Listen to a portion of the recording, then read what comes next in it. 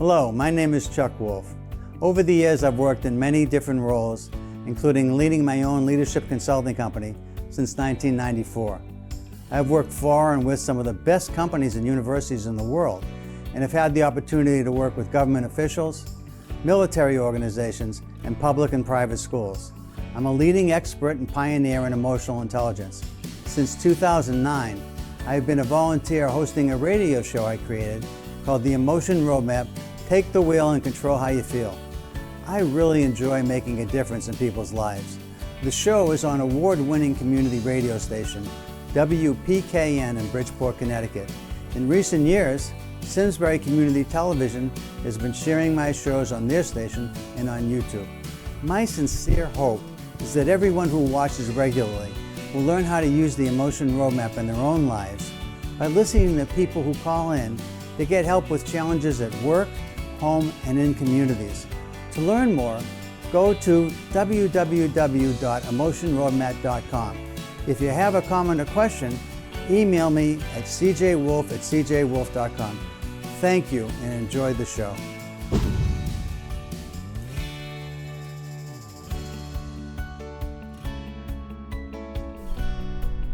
And this is Chuck Wolf, and you're listening to the Emotion Roadmap: Take the Wheel and Control How You Feel.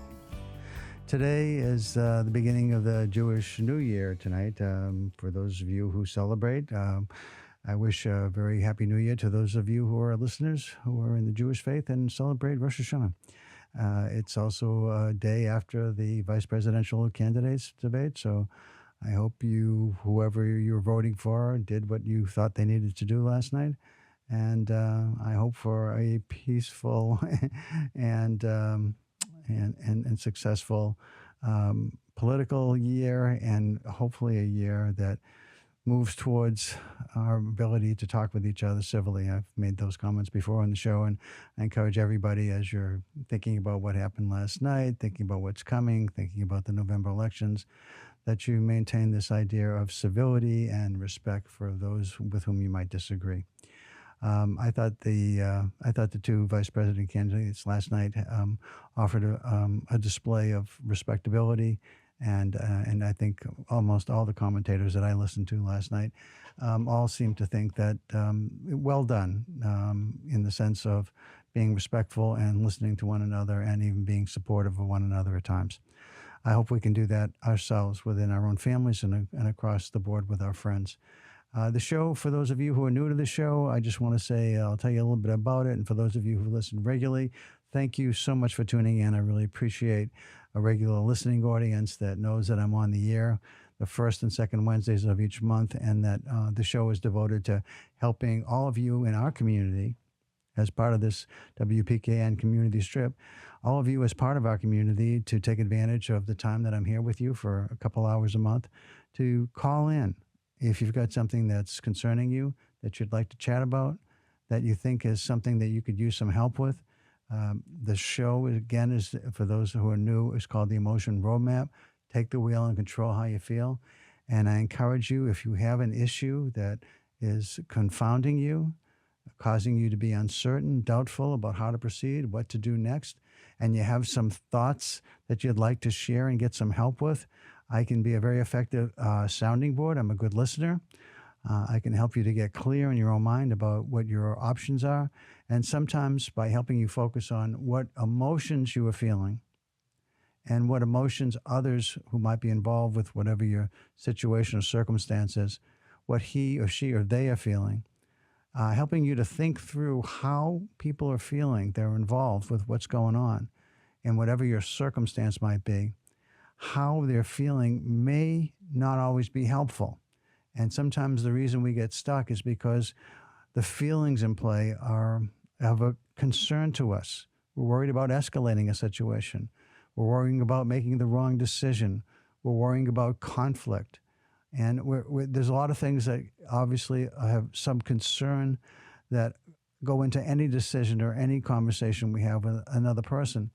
But sometimes they're very consequential choices we're about to make, and we're very confused and emotionally kind of conflicted internally. And so by calling the show and talking with me, I'll first listen to you, try to understand what your circumstance is, and then try to offer some help by taking you through what I call an emotion roadmap, which is this idea of, okay, so now that I understand what's going on, how are you personally feeling? And as I listen to you and try to understand your feelings and why you're feeling the way you do, I want to know, boy, if you could magically change to another feeling that would be far more ideal than the feeling you have, what feeling would you choose? What do you think would be most helpful? And I'll help you with that. I'll help you pick that if you struggle with that. And then we talk about how do we get from one feeling to another feeling? How do we get from one place to another place? That's the idea of a roadmap, an emotion roadmap that takes us from one emotion that is not particularly helpful in the situation we're in to an emotion that might be far more helpful in getting done what you need to get done. Now, I want to make the point, I think I make this frequently, but it's worth repeating, is that emotions inside ourselves are always there to protect us. They're part of our evolutionary system. They're designed to keep us safe, out of harm's way, to help us make good choices, choices that help us to survive and thrive. Now, having said that, some emotions are rooted in deep experiences that have happened many years ago that perhaps cause us to be very upset. Maybe we had a tough time with relationships growing up. Maybe we're somewhere on that spectrum people talk about where we don't always understand or know what somebody else means. In the way that they're reacting to us, we misjudge at times. And so we're not good at identifying how we're making people feel. And sometimes we are very uncomfortable around people because when we don't know how we're making them feel, we sometimes think the worst. And sometimes that is something that occurs when you're a child and you walk around with this belief system that you really can't have a good relationship unless it's someone you've known for multiple years and have a relationship that goes way back over time, that's someone you trust. And so we only have a few people maybe that fit that category that we feel comfortable around. So one of the things that I've discovered over the years of being involved with the science of emotional intelligence, and all the years that I've been devoted to counseling and psychology, and in later life, leadership coaching, one of the things that I've discovered is that there's always ways to reflect on how we're doing and to change and improve. And so one of the things that I learned about emotional intelligence is that while our feelings are always designed to protect us, a feeling we might have at a particular point in time, while useful at some level, is not useful. In fact, it's even an obstacle sometimes at getting done what we need to move forward on. And when that happens, I ask you to think about, well, that feeling might be important. As an example, when somebody you care about has passed away, you might be grieving. And yet the grief that you feel may not be useful for what you need to get done. And yet, how do you not grieve? You can't. But perhaps you can postpone grieving until you get done what's necessary for you to do that day or that week even, or even that month, and that you might grieve later. Because we can't run away from grieving. And that's one of the things that I thought I'd mention today because it's on my mind. And grief is something that occurs when we've experienced a loss. And one of our friends, my wife and I are very friendly with a couple that we've been friendly with for many, many years. And the male in the couple, our friend, he passed away a couple of days ago. And it was unexpected. I mean, he had some things going on in his body that were a result of age and some weaknesses in different areas, but it was a heart attack, and that was just really unexpected. And so there's a sadness that I'm feeling in the last few days, and that might come across in today's show because I'm feeling that. And so if you also are experiencing a loss of any kind, I'm wondering if you feel like calling in and just talking a bit about it. How do you deal with loss yourself? What is it that you say to yourself? What's the self-talk around loss? How do you, and of course, loss is different depending on how close you are. I mean, I've had friends pass away that weren't part of my regular routine in my life. And so while I'm sad, of course, that they're gone, I don't miss them the same way that I'll miss this person because it was, he was somebody who's part of our life, somewhat regularly part of our life. And so that's a different kind of loss. And so anyway, as you experience loss, how do you deal with it?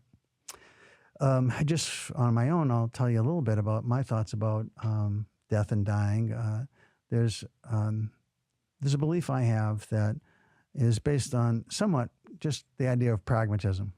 I tend to be pragmatic about as many things as I can be in life. I think it's a kind of a good philosophy to have. I'm at least comfortable for me.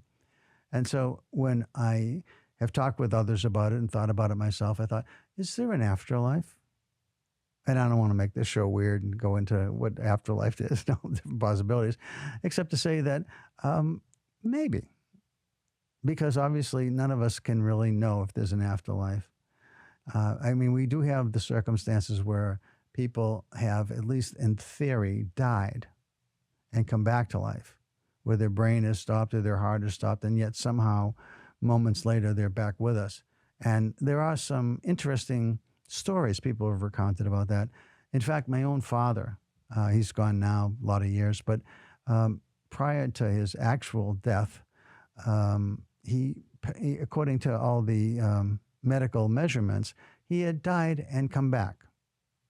And when we talked about that, he and I, he said, you know, Chuck, he said, one of the things I experienced was, it was like I saw like all this greenery around me. I saw it as a path like through the woods, but a clean and manicured path, but kind of woodsy. And at the end of the path was my mom, his mom or my grandmother. And he said, she said, his name was Sonny. She said, Sonny, it's not your time yet. It's not your time yet. I will see you soon, but not now. It's time for you to go back.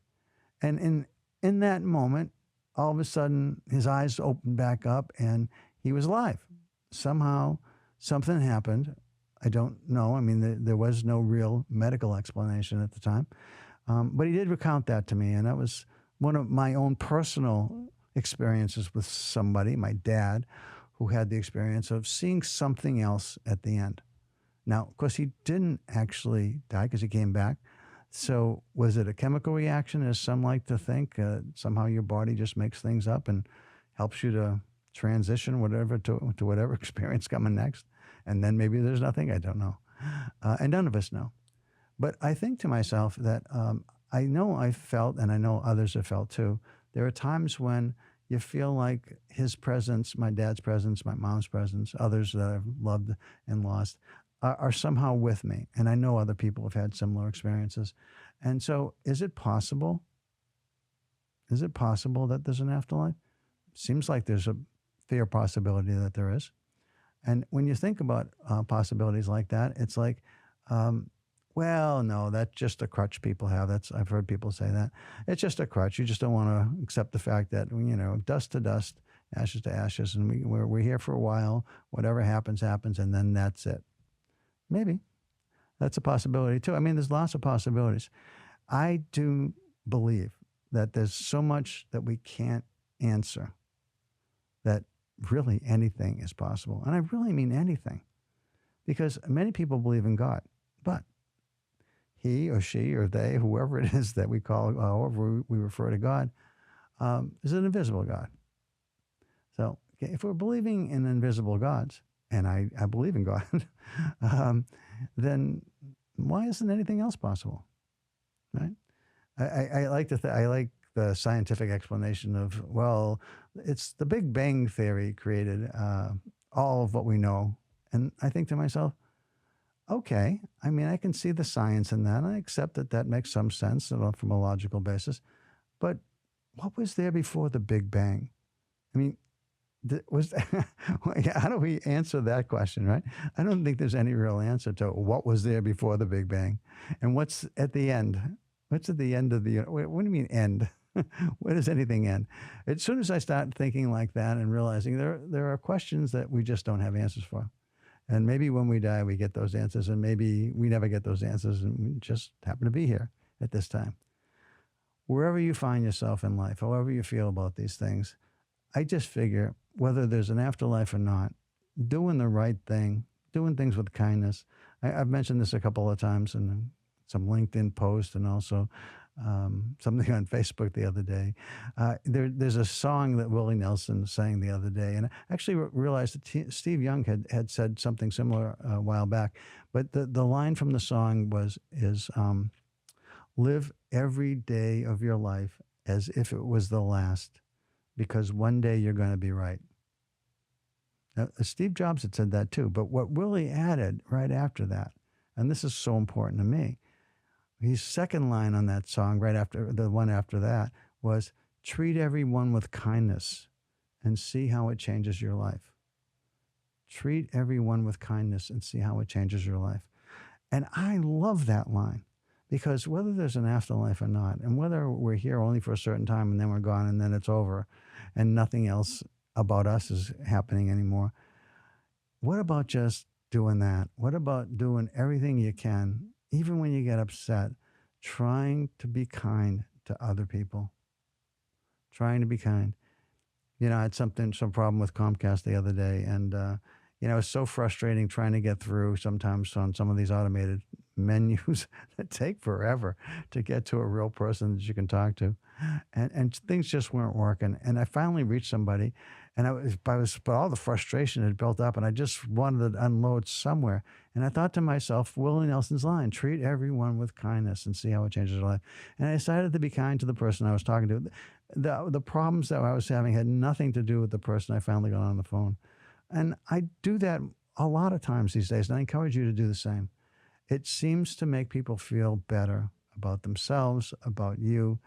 And honestly, if you're going to unload, get yourself one of those little bounce up dolls that, the bouncy clown that comes back up every time you punch it. Do something that's harmless to anyone else, but find some way to let your anger out, because you do have to let your anger out. You just can't repress it. But at the same time, be kind where the opportunity presents itself. And I think life is better for everyone around you and for you as well. So that's a little bit about how I'm feeling today and what I wanted to talk a bit about. So if you have any thoughts about your own thoughts about, what do you think happens when you die? I like to think that we have a presence, that there's spirit somehow. The body doesn't exist, and maybe the personality is a bit gone, but somehow my ability as a dad, a friend, a partner, or a lover, whatever roles I've played in life, somehow I can still communicate with those people once I'm gone. And we're all going to go. We all know we're all going to go. But what happens to us after that? I do believe there have been times when I've had the chance to, in my own mind, perhaps, talk with my some past friends, often with my mom and dad, it seems. So it's one of those things where if you've had a good relationship with someone, or someone you care deeply about, maybe the relationship wasn't great, but you still love them and you want to communicate with them. Maybe it's just talking to yourself in your head, but either way, it seems like a healthy thing to do as a way of trying to stay in touch with the memories and keeping them alive in the sense that they're part of you. So I hope that's helpful to some people in some ways. If you want to call in and talk about anything that's going on for you that has to do with loss and how you deal with it, feel free to give me a call. And also, if you've got something that you wanted to ask about, again, the Emotion Roadmap is designed to help people deal with any challenging situation they're facing in their life. The number to call is 203-336-9756. 203-336-9756. So if there's anybody out there that's thinking they'd like to call, have something to say around this issue, want to talk about New Year's too, by the way, if you're Jewish and you want to talk about the New Year, what it means to you, what's happening for you, please feel free to give me a call too. 203-336-9756. And if you just tuned in, for anyone that might be celebrating Rosh Hashanah, I wish you a happy and healthy Rosh Hashanah, and may you be sealed in the book of life in a good way. Those people who are Jewish know that this is a time when, in theory anyway, God makes decisions between Rosh Hashanah and Yom Kippur about who's going to be in the book of life for this year, who's going to get another year. So, anyway, the number is 203-336-9756. And I'll give you a minute to call if you'd like to. And then I'll switch topics because I've got something else I wanted to chat about as well today. 203-336-9756. Oh, by the way, if you do pick up the phone to call, please remember to turn your radio dial. Otherwise, it's a loud echo in my earphones and on the radio for anybody who's listening. So if you do call, please turn your radio volume down once you've dialed the phone. 203-336-9756.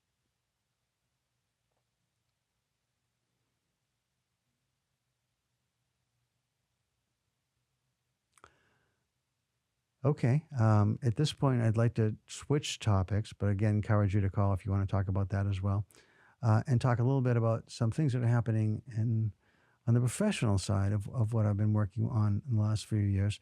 And that is this idea of shared feelings. You've heard me talk a little bit about this. A really nice story to share with you. One of the people that I have worked with closely for a couple of years she runs several companies that are all owned by her, family-owned business. She and her brother owned them a few years back. I was called in to help them to separate amicably. Their styles were different, very different, and so it was a struggle for the two of them to have a consistent, clear message to the people that work for them. So they both decided that it would make some sense to see if one of them would consider leaving and the business would create enough of a payout so that they would feel like they got their share and everything would be fine. And the person staying would have complete control of the business. And so I helped them with that. My background, for those of you that don't know, is years ago I used to be a family therapist. So some of that comes into play when I do this kind of work.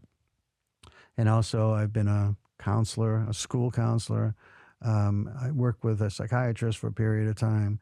But over the last, I don't know, since probably 1984, so almost 40 years, I guess, I've been working in the business side of emotional intelligence. Really, emotional intelligence wasn't a thing until 1990, but in my world of leadership development, I had the great experience of working at Harvard Business School in organization behavior.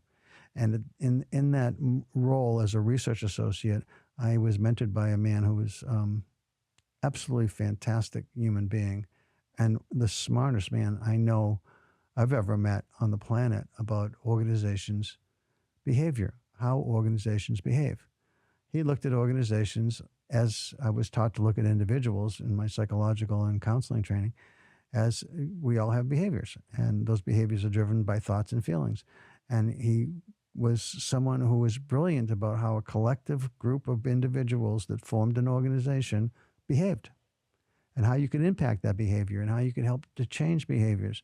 And he was one of the instrumental people in this whole concept of change management theory. I remember meeting with him and John Carter and Jay Lorsch. There was a number of people that worked at Harvard at the time that were like kind of the key people in the world that were working on change management. And Tony, his name was Tony Athos. Tony was actually called upon by a bunch of, it's called McKinsey and Company, which is one of the more reputable, most reputable consulting companies in the world, management consulting company, and made up of a lot of Harvard Business School graduates, by the way. And so Harvard Business School produces lots of leaders. Not everyone, but lots of people come out of Harvard Business School and become leaders of small to medium to very large size companies. And then the people that do consulting with them are often people that they went to school with. So anyway, this group of people, McKinsey and Company, were looking for a really holistic way to understand all the different parts of an organization. And they looked to Tony to help them create something called the 7S model of management, of change management, of transformational change. Now, it wasn't called 7S at the time. They just wanted the model, but Tony was instrumental in naming it. He wasn't alone in working on this. Tom Peters, known for In Search of Excellence and some other things, actually was one of the junior partners at McKinsey at the time, working with the more senior person, Robert Waterman. And Tony brought in a friend of his, Richard Pascal, and the four of them created this model. And Tony was insistent that, first of all, Tony was really smart about organizations and about people. And one of the things he said is people can only remember 7 things. Now, you might think about that for yourself for a moment. I'll let you just think about that. How many things can you remember? For Tony, he said, for most part, most people can only remember 7 things. So let's only have 7 elements. Because more than that, if you have like 10 elements, 15 elements, nobody's going to remember them. But 7, they can remember up to 7. And he said, we have to have something at the heart of it. And when we start to name what's at the heart and what surrounds it, in other words, why do we exist? That's what was at the heart of it. That's what Tony was saying to the others was, so what drives an organization's mission and vision? What is it that's compelling? Why is it even here? And then how do we make it work? And how do we make it last? And how do we make it really functional? And what's ideal? And so he began to think about that, and he said, I think we need a single letter, because if we have the same letter, it'll be easier for people to remember. So Tony came up with this idea. I think what's compelling about organizations is something called superordinate goals. It's interesting. Let me tie this back to the debate last night. There were places where J.D. Vance and Tim Walz seemed to agree. They wanted to solve the border crisis. They want to lower inflation. Those are compelling goals. Those are compelling goals. How we go about it is different, but those are compelling goals. So Tony said, let's at the heart have things that are compelling that bring everybody together to at least talk about the same goal. And then let's figure out how to get it done. So he used this word superordinate. I never heard superordinate before. And I think a lot of other people struggled with the word. But the idea was really accepted by the people creating it, by Tom Peters, Robert Waterman, Richard Pascal, and Tony. And so they submitted it, and McKinsey liked it, and it's still being used. This was done in 1982, 83 timeframe, and it's still being used. Peters wrote about it in a recent article I read online in 2019, just a few years ago. He said he thought when calling it a single letter, he thought when Tony said that, he thought that was juvenile. But damn, he said Tony was right. People still remember it, and we're still using the model. So anyway, the model starts with superordinate goals in the middle, and it's surrounded by strategy, structure, and systems. Those were considered by some as hard S's, tough stuff, strategy, structure, systems. Soft S's, the touchy-feely, squishy stuff, were the 3 other S's, skills, style, and staff. Style is very powerful, though. Style, at least to me, as I read it and understand it, is about the culture. How do we work together? What are our norms for being together and making decisions and dealing with conflict and encouraging diversity of thought and of gender and of opinions and of people, all those things. So that's style, that's culture. And then skills are, what skills do we need today and in the future? In other words, let's not just think in terms of the present, but let's also think skills strategically. Like artificial intelligence is entering our world. How does that change things for us? It's one of the things that's on the mind of the people that just went on strike, the dock workers in all the ports around the country. So skills are an issue. And then finally, staffing. Staff was the other soft S in the sense staff was this idea of what types of people do we need? Do we need lots of IT people, or can we outsource certain groups? Do we need operations people, finance people, sales people, marketing people, human resources, and so forth? So this is the 7S model. And over years, it changed from shared values to it changed from superordinate goals to shared values. And sometimes this is beautiful. I mean, when I know that I'm working with a company that lives its values, not just spends a lot of money creating a poster board that says this is what we value, but actually lives their values of integrity, of responsibility, of charity, of philanthropic behavior, of kindness. If I'm working with a company that cares about those things, and I care about those things, I feel pretty good about doing whatever I can to help this company succeed. Makes sense, right? But unfortunately, for lots of companies, shared values are just something that gets put on a little card that you put on your wallet or a little plaque on your desk or a poster someplace in the organization or in your annual report if you're a public company. But it's not something people remember. And so I've said this a couple of times, but just as an example, this this one of the things that people often have as a value is respect. Respect is really important value for all of us, really. But respect as a value is one thing. To know that that's a value, great. But what if you decided to make a change? And this is what I've been doing the last couple of years. I've changed this model to incorporate emotional intelligence by changing shared values at the heart to shared feelings. And I ask people, respect is one of the feelings that we share here. So it's important to know, do you, when you're here, feel respected? Are you feeling respected every day when you're here? And it's not just about you being respected, but are you also, anytime you're representing this organization, respectful yourself to others? So are you feeling respected and are you respectful? That's so much more powerful to me than saying respect's a shared value. Because now we're talking about, is respect a shared feeling? And if it is, it's powerful. Now, when people say emotional intelligence is soft and squishy and, I want to deal with the hard stuff, I want actions, I want results.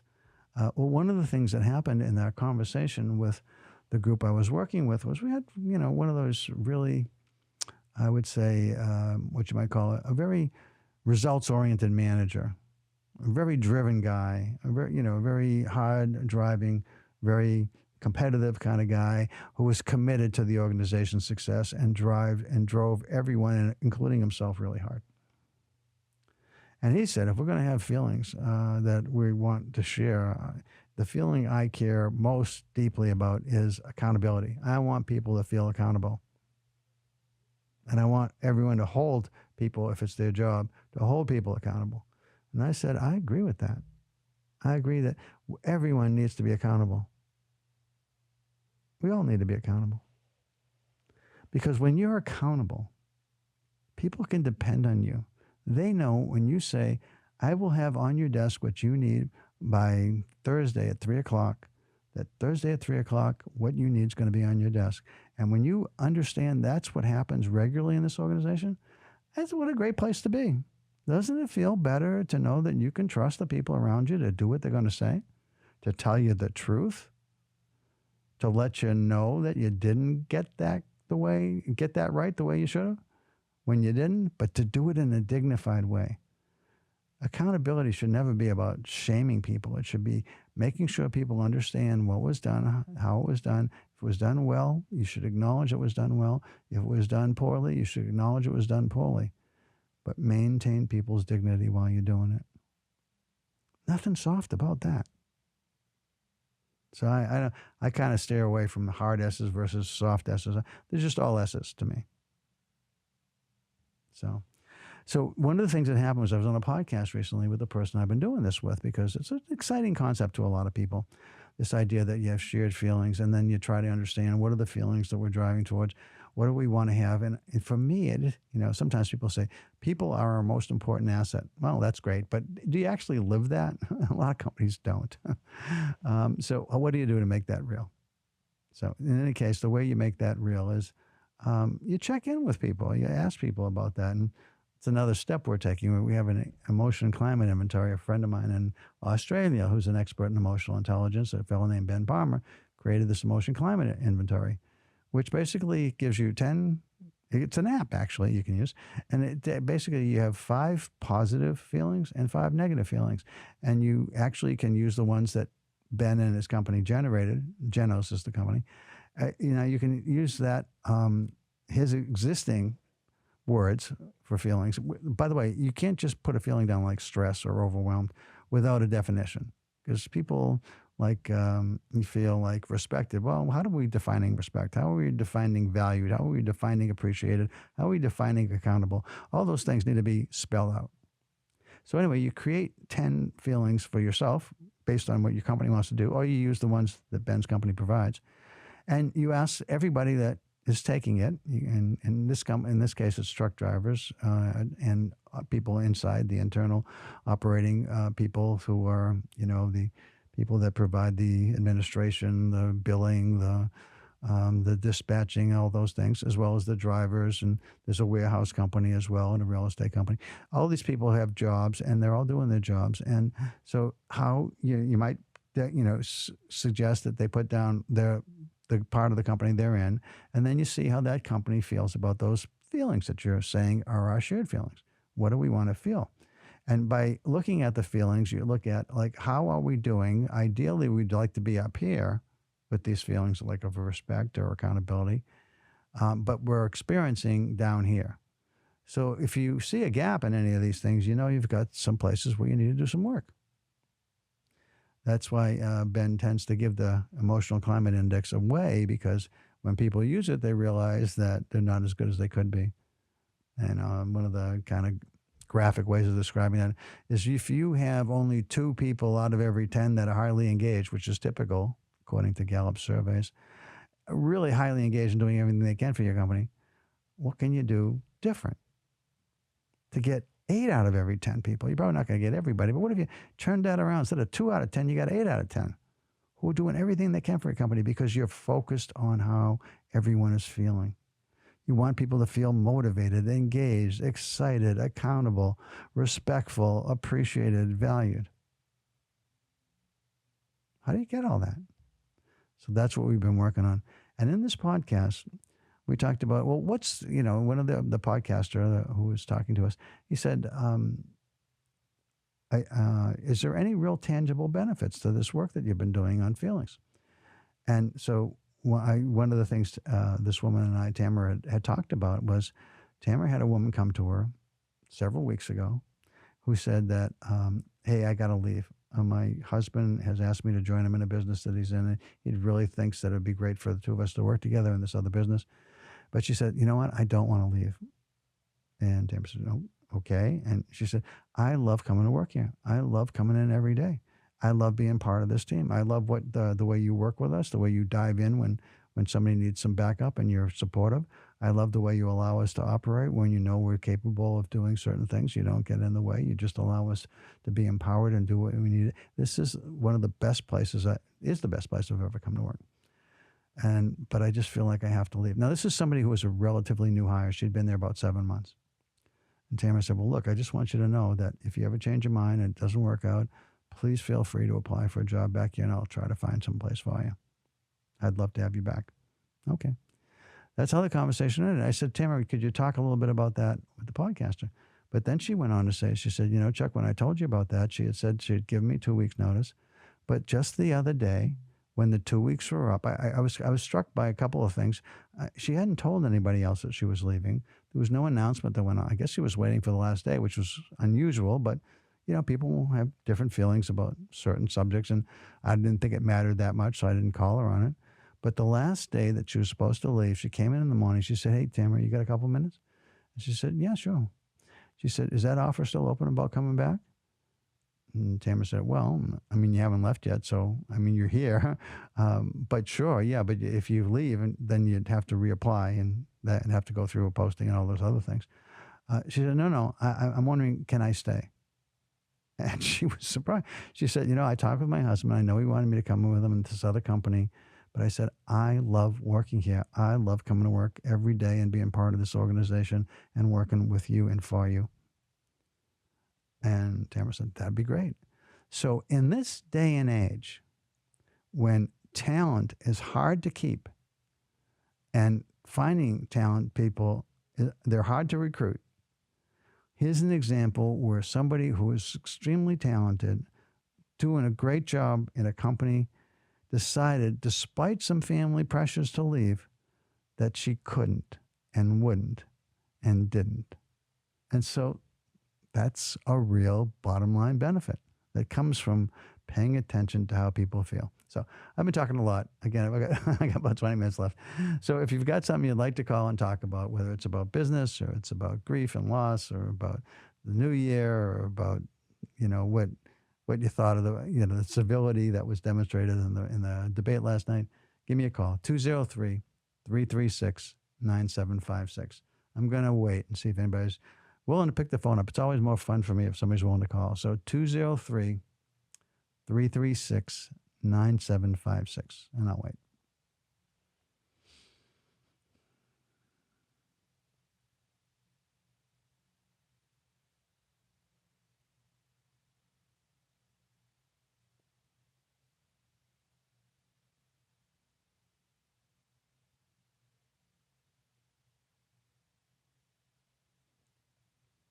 Well, maybe it's just a beautiful day and people are out and about. And since no one's calling, I will share another story with you.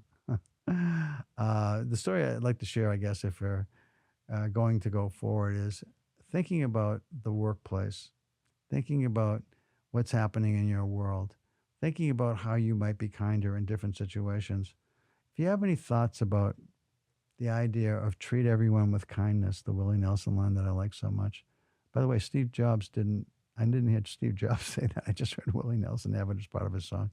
Treat everyone with kindness and see how it changes your life. I encourage you to think about that and to do that. Again, the number to call is 203 336 9756. If you're new to the show, you may not know that the show is about helping people to deal with challenging life situations. I work in the area of feelings and emotions, and I've been working in the field of emotional intelligence. Well, really, all my life, in the sense that we all have dealt with our emotions from the moment we're born, having to learn how to control what we need when we need it, how we go about getting it in ways that are civilized and don't upset too many other people, and somehow learn how to relate to other people, how to have friendships, how to have love relationships, how to have partners, whether in life or in business. But there's a lot about emotions that we're always dealing with. But in 1990, there was an actual first time journal article was written saying there was something called an emotional intelligence. The people that wrote the article were Peter Salovey, who just retired after 10 years as president of Yale University. He didn't retire from Yale. He retired as president. He's still teaching there. And then Jack Mayer, his colleague from the University of New Hampshire, who was a psychology professor there. The two of them wrote this idea that emotional intelligence exists, that we have abilities, and we differ in those abilities, and the differences matter. The abilities they talked about were identify emotions. How successfully can you identify what you're feeling and what others are feeling? Use emotions. How effective are you at picking the right emotion to feel for a certain circumstance or situation? Certain emotions are better than others for a particular task. And are you good at facilitating those tasks by being able to call upon the right emotion? Understanding emotions, knowing how emotions work, the way emotions work, follow certain rules, but there are exceptions to those rules. This was from not the science, but from my experience, and also from some of the work in the field of temperament or style, where you look at things that put people in different categories. That some people care more, for instance, about results. Some people care more about other people. Some people care more about facts and analysis. Those are three general areas where people are different in terms of style. But my point in saying understanding how emotions work is that while emotions follow certain rules, they show up differently for different types of people. So it's important to understand the rules and the science of emotional intelligence, but also understand the uniqueness of whoever it is that you're dealing with or talking to or working with, whatever it might be. Because most of us just try to think, what would we want in a certain circumstance? And that's a good place to start, but we shouldn't end there, because the person we're dealing with may be very similar to us, or they may be quite different. And certainly if they're different, you want to respond differently than you might respond to yourself if you were just dealing with you or somebody like you. And then finally, how do we manage emotions? How do we manage emotions in ourselves and in others? Now, the idea of managing emotions in others sounds manipulative, but the truth is we're always trying to influence other people. We're trying to influence our spouse about where we go on vacation. We're trying to manage our kids' emotions to help them to understand how to be good friends, how to be good workers, how to deal ethically with others, how to show up in life. So we're constantly trying to influence and manage how people feel about certain circumstances. So I don't think of it as a manipulation. It feels manipulative when I'm trying to get you to feel a certain way for me to win something, and I don't care what happens to you.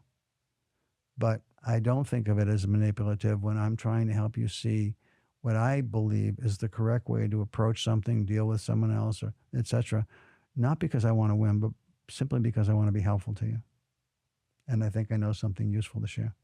So, again, the number to call is 203 336 9756. So, if you've got something you'd like to call about, whether it's in the workplace, whether it has to do with your personal life, whether it's somebody in your family that you're just having some struggles with, maybe it's somebody in your workplace where you have a partner that's not really acting like a partner should. Anyway, anything that you might have that's problematic, that is unsolved, give me a call. 203 336 9756. 203 336 9756. And I'll wait again.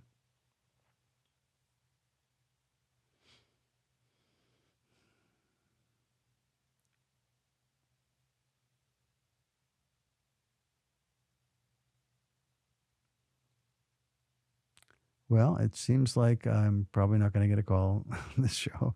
That's too bad. Maybe I talked too much. I apologize for that if I did. I know that I hopefully am somewhat entertaining and you learn things from me, and I'm glad about that. But it's always more fun if I have a chance to just engage with somebody who's out there listening, just to get some reactions to different things that I might be talking about that I'd love to share. I had a really good conversation with a friend of mine on the way down when on my ride into the station is about an hour and 20 minutes, typically, something like that. And so I usually have a friend that I call. I don't see a lot, but we talk. And we had a nice chat about, different ways of thinking about what happens to you when it seems like it ends, whether it really ends or not. So I was hoping to do a little bit of that today. Anyway, 203 336 9756. 203 336 9756.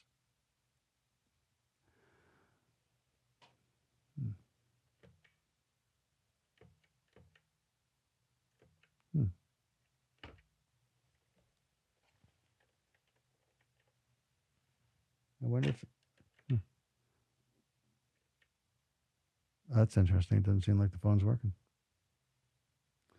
That could be part of the problem, huh? Let's see.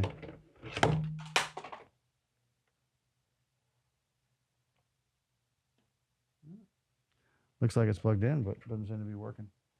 Oh, well. So maybe you've tried to call in and you weren't able to. I'll have to check that afterwards. I'll see if somebody else can come in and check the phones. But that won't be before the show ends because it's getting late to the show. I didn't try and see if that would work. So, yeah. Oh. Okay. Well, now that I know that I'm not going to get any calls because the phone's not working and I have no dial tone. Let's see. Ah. Hello, this is Chuck. You're on the air. Who am I talking to, please? Steve. Hi, can you turn your radio down? What's that? Could you turn the radio dial down? I don't have it on.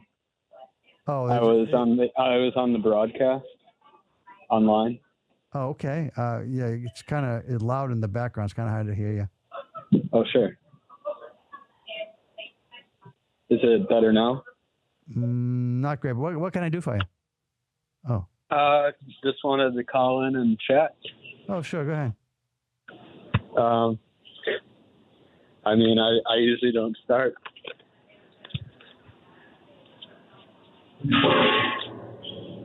I'm sorry. I'm going to have to go. That's really loud on the listeners. Sorry about that. I'm going to have to go. Apologize. No worries. Yep. Hello, this is Chuck. You're on the air. Who am I talking to, please? Oh, hi. My name is Muffy. Muffy. Nice to talk to you, Muffy. What can I do for you today? Well, I have a partnership with someone. We're doing a program together, and we've hit this wall, and I can't figure out what emotions I need to kind of get through it. And I can give you a quick, so we're partners in an art program. This person created like this beautiful program and identified me as a partner to work on it with her. I was very excited. So she's most of the program she created, but needed me to facilitate some other things. So we piloted a program. It went great. And now part 2, we are going back to do this program.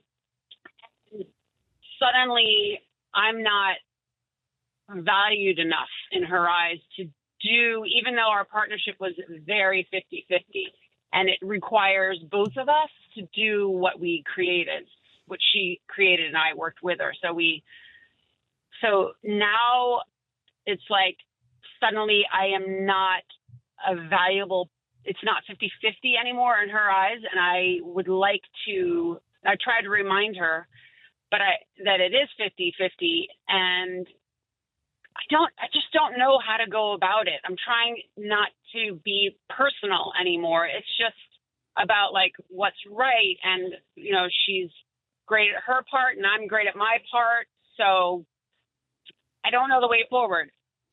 Let me ask a question, Muffy. If you currently have tried certain things, I'm assuming you had conversations with her about this and shared with her how you're feeling?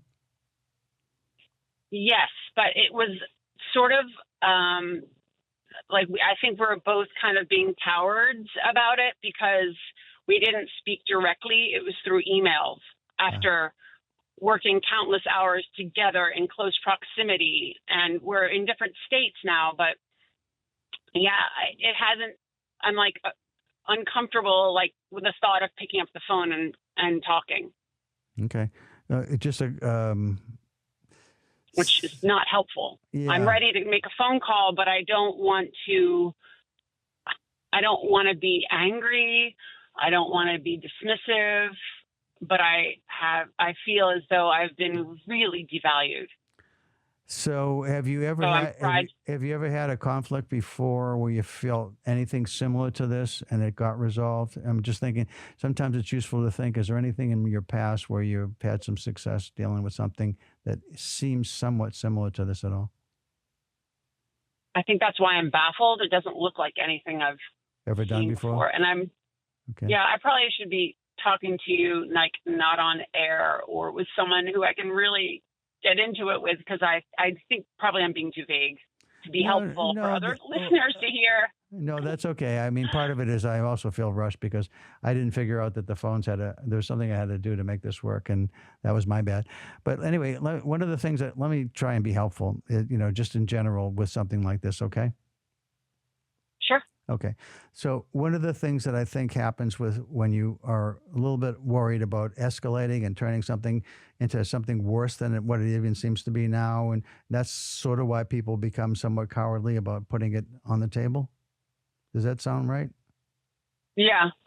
So one of the things that's helpful is, I think, to ask yourself, how willing am I to just share how much I've appreciated and valued everything we've done together. And this is right now at the moment, not feeling that way anymore. And I want to know how to get back to that. And I'm open, and I just want to know how you're feeling and see if we can somehow rekindle that special feeling that we had when we first started this together. I like it. So while I don't have a lot of time with you, I know this approach is helpful because it starts with, why do I care enough to take the risk to talk to you?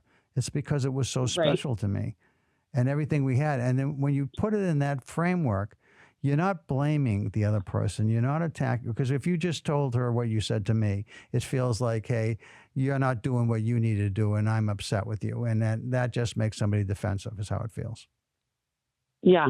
Okay. But if you offer the opportunity about how important she's been to you, how special this moment is, and how we got to this place because we were so great working together, and now I'm afraid I'm losing that. And I just want your thoughts about how we can make sure we get back to that. See how that works. Love it. That help? Thank you. It takes out the it takes out the anger or the hurt. So I appreciate it. Well, Disarming. It's good. yeah. Good stuff. Well, it puts it where it belongs, in a respectful place that says, I care about you. I care about us. Let's fix this. Thank you. All right. My pleasure. You take care. Appreciate it. Thanks for calling. Yep. Muffy. Bye-bye. Thank you so much. Bye. Oh, so that's my fault. I guess the phones, for some reason, the phones looked different, and I didn't get it. I didn't get that right, and I apologize to everybody because I guess I had phone calls and I didn't know it. That's too bad. All right. So anyway, I'm running out of time now. Well, anyway, I hope you enjoyed the stories that I told, and I feel better that I know I had phone calls and I just didn't know how to work the phones today for some reason.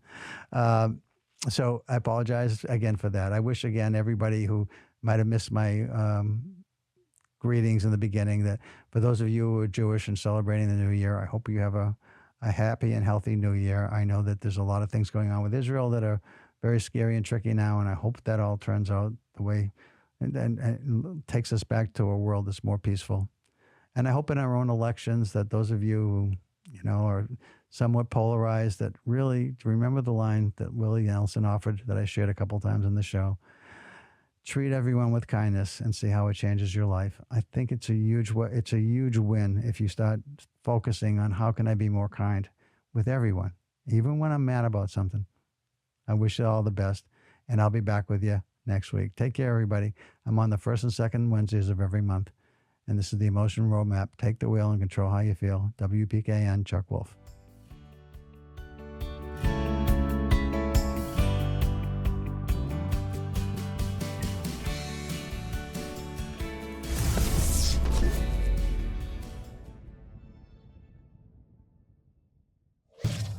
Funding for Simsbury Community Television is provided in part by contributions from viewers like you. Thank you.